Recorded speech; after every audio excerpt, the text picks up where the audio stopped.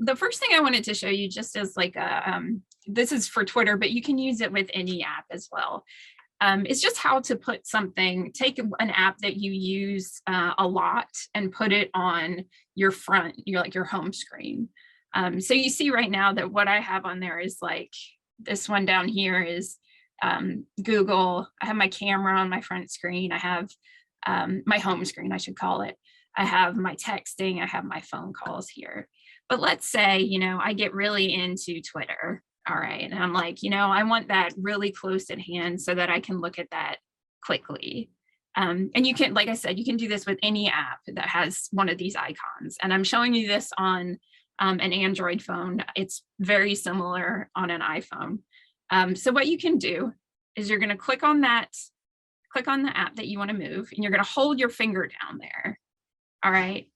And what it's going to do is give you sort of the option to put it in multiple places. So that just added it to my my home screen, but I can put it over here. I can drag it and take it to the actual, see, this is going to be when I swipe over. So there it is. But if I want it on the actual home screen, let's go back to, I'm going to go like this and say add to home. Okay. And then I'm going to drag it over here to this screen. So I just dragged that with my finger. See, I can drag it back over to this other one, I can drag it here. All right. So let's say I just want it right there in the middle. So when I open my phone, that'll be right there. And still, if I go in, it's still here as well. It's still on my sort of big menu of apps as well. It just gives me a little shortcut to get there.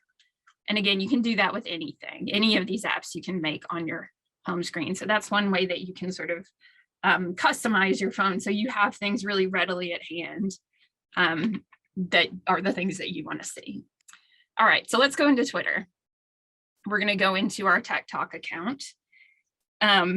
So let's review a little bit of what we were talking about with Twitter last time. So Twitter is sort of these like ongoing conversations. So you have a homepage that's all the people that you follow and what they're currently saying.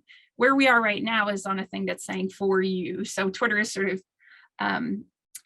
choosing the content based on things that you've liked in the past. So it's very much based on your past activities. They think, oh, you've looked at things about sports, you want information about ice skating.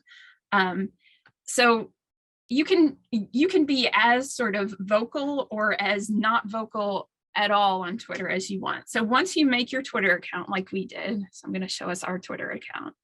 All right. So we don't have much activity on there, but the thing that you can do is like I was saying this before, I can't remember on my personal account the last time I actually wrote something and posted it to Twitter, which is called tweeting. All right. I can't remember the last time that I actually said something, but I do I retweet what other people say all the time. So like, if I see something that's interesting to me, I'll show you how to do this. I will repost it and then it'll end up on my page. Okay. So again, you don't have to, you could be on Twitter for years. You could have a Twitter account and not ever type any tweets at all. You can just be in there sort of looking around and seeing what people's conversation is. So just know that, you're not on the spot. You don't have to create these things yourself. It's fun to just poke around in there. And I really encourage you to go back to the last video to see how to set up a Twitter account and just set one up and then look around for yourself, because the best way to learn how to do this is to do it on your own. So I'm going to give you some tips for doing that. Okay. And two, one thing just to keep in mind, and this is if you've done anything on Facebook or Instagram or any other social media app, one thing that you may find is people that make you angry. So you might find yourself walking into conversations that make you upset or mad or just, people saying things that are not true, or people that are saying things that are really uninformed. One of the things about Twitter is that, like Facebook, like other places, it has its own sort of community guidelines. So there are ways of, and I'll show you how to do this, there are ways of reporting things that are, you know, blatantly racist or blatantly bigoted or sexist or targeting someone. There are ways of reporting things that are false information about COVID. But just know that, you know, just like if you were walking through a crowd of people having conversations, you might overhear something that you don't agree with or that makes you mad. And you can either just move on, or if it's something that is actually harmful to someone else, you can report it. And if it's something that goes against Twitter's community guidelines. Okay, so we'll talk about how to do that. All right, so let's get in here and look at a tweet. All right, so we're going to go to SMART first. We're going to get to your people you admire in just a second, but just as a sort of starting place, we're going to get to SMART. And you'll remember from last time that from this TikTok account, we followed SMART. And what that means is when SMART tweets anything, so each one of these individual things, so you'll see our kanji recipe here, this is a tweet, all right? So this is this whole thing with the picture, those hashtags, all of that is a tweet, all right? So when you get down to this bottom part, you'll see these little icons. All right, you have one that looks like kind of like a talk bubble, one that looks like these two arrows, a heart, and then this little sort of kind of sideways thing. All right, we're going to talk about what each of those things are. All right, so that first one, and again, this is not something you ever have to use, but it's there for you, is where you comment. All right, so this is where we would tweet back to SMART. And right now, for the sake of whatever, I'm just going to say, I love kanji. Great recipe. So if we did want to interact, this is a way to be a part of that conversation. All right. So I'm going to go ahead and reply to this. I want to post this. I want SMART to know that I think that I love kanji and that the recipe is great. All right. So once I do that, we're gonna, if you ever need to like update it, you just scroll down and it'll reload it. Okay, there it is. Okay, it says, I love kanji, great recipe. So that's my tweet. That's how I responded. Okay, so that makes me part of this conversation. Somebody could come in here and respond to me and it's like, and say, you know, I usually make kanji with, you know, different vegetables. And we could have a whole conversation about kanji just within these tweets themselves. Okay. All right. So that's one way of interacting. Another way of interacting that, like I said, is what I do most often is, well, actually, between these next two are the ones I do most often. So is this little, what this is a retweet button. And you'll see what it says here. It says retweet or it says quote tweet. What I usually do is retweet something. So let's say, you know, I just like this recipe. I don't necessarily need to say anything about it. I just want it to be something that people will see when they go to my page. So I'm sort of like, you know, kind of saying that this is something I support. So I'm going to retweet it. So just to show you what that does, I'm going to go back. I'm going to go up here to the F and click on that. That takes you to my page. So these are the things that I've posted. Okay. And you see right there, it says you retweeted SMART's kanji picture. So that it just sort of adds it to what shows up when people come to my page. Twitter is low stakes social media. So it is like, you can go in there, you don't even have to retweet anything. You can just go in there and look around. It's really true. Okay, so let's go back to SMART. Let's talk about these other little buttons at the bottom. All right, then another thing you can do that's not even like, talk about sort of low stakes, this is just liking it. All right, just say, I just want to like this so I can come back and look at it later. All right, that's the heart right here. So when you add it to your likes, let me show you what happens there. We're going to go back to my page and we can get there just by clicking on that F. And you'll see a little place here that says likes. You see that up in the right-hand side here? You can see that I've liked this too. So there's all sorts of different ways for us to interact with this particular tweet. All right, and then I'm going to show you one more thing that I don't use very often, but that you might, and that's this share button at the end, okay? And so what that does is you can basically use whatever other social media or email or whatever to share this with someone else. Generally, most of the tweets, like they'll kind of sort of stay in their own like Twitter universe. But if there's something that you really wanted someone to see, like, oh, I know somebody who's looking for a kanji recipe, I want to send this to them, but they don't have Twitter. Let me send it to them via Gmail. All right. So you could send it as a chat or like as a text message. So, if I was sending it to a friend, that would be a way to do it. I don't use that very often, but you might. Okay. The ones I use the most are retweet or like. So I'm just going to show us an example, and then we're going to look at one of the people we admire. Okay.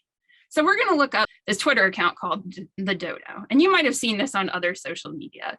It's like cute videos of animals and stuff. It's very like, positive, feel good content. All right. They're usually, a lot of them are like rescue animals, or, they're like different species and they're like in love with each other. It's very nice. So we're going to follow this. All right. Because we like that. We like content that makes you happy. All right. So I just want to show you what this looks like in practice. So we see this first thing that's about a fox in a woman's yard who she becomes friends with. And you'll see down here at the bottom, we have 3 people that have said something about it. We have 57 people who have retweeted it, so put it up on their own walls. And then we have 330 people who have liked it. So I'm going to go in real quick and see.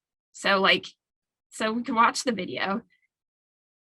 And so, you see the comments on the bottom. These are people tweeting in response to this. All right, tweeting like we just did to Smart. Okay, when we said that we love the kanji recipe, these are people just sharing their reactions. So how wonderful, fox emoji. So that's how people converse, okay, on Twitter. That's sort of like the most basic kind of unit of conversation there. We're going to look at 2. We'll look up Michelle Obama and we'll look up Malala, okay?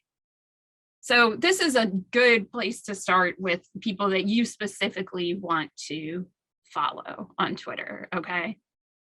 So let's say, like we said, let's do Michelle Obama first. Okay, so we're gonna look up Michelle Obama. Yay, we found her account. All right, and one thing too that is an interesting thing to note, if you're looking at the account of like a celebrity or somebody who's really well known, you might see this thing right here that's a blue check mark next to their name. What that means is that Twitter has verified that this is actually them. So it's not somebody pretending to be Michelle Obama. Michelle Obama has actually had to apply to Twitter to say, this is really me with my blue check mark. So that's just something to keep in mind. You know how people are on social media. Sometimes people are not, genuinely the people they say they are. This blue check is meant to show you that this is actually who you're looking for. Okay, this is really her. So look out for that. All right, so let's see, we want to follow her. All right. And you'll see too, it'll give us suggested people to follow based on that.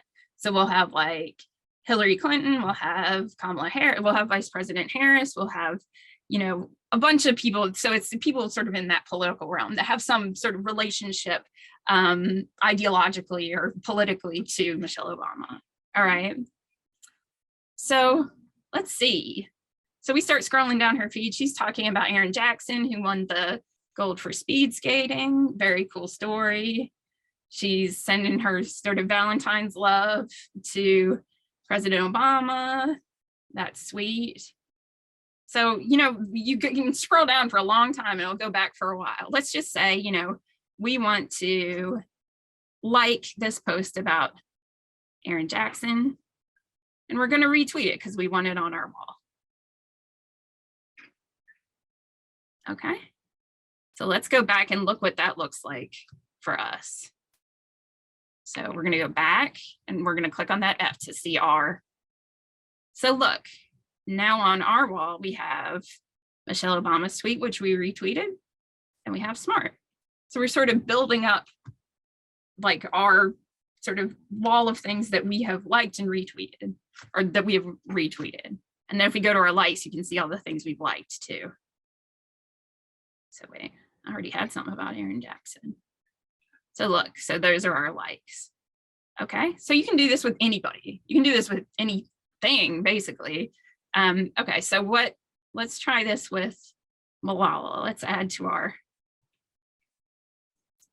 our following people. Malala, there we are.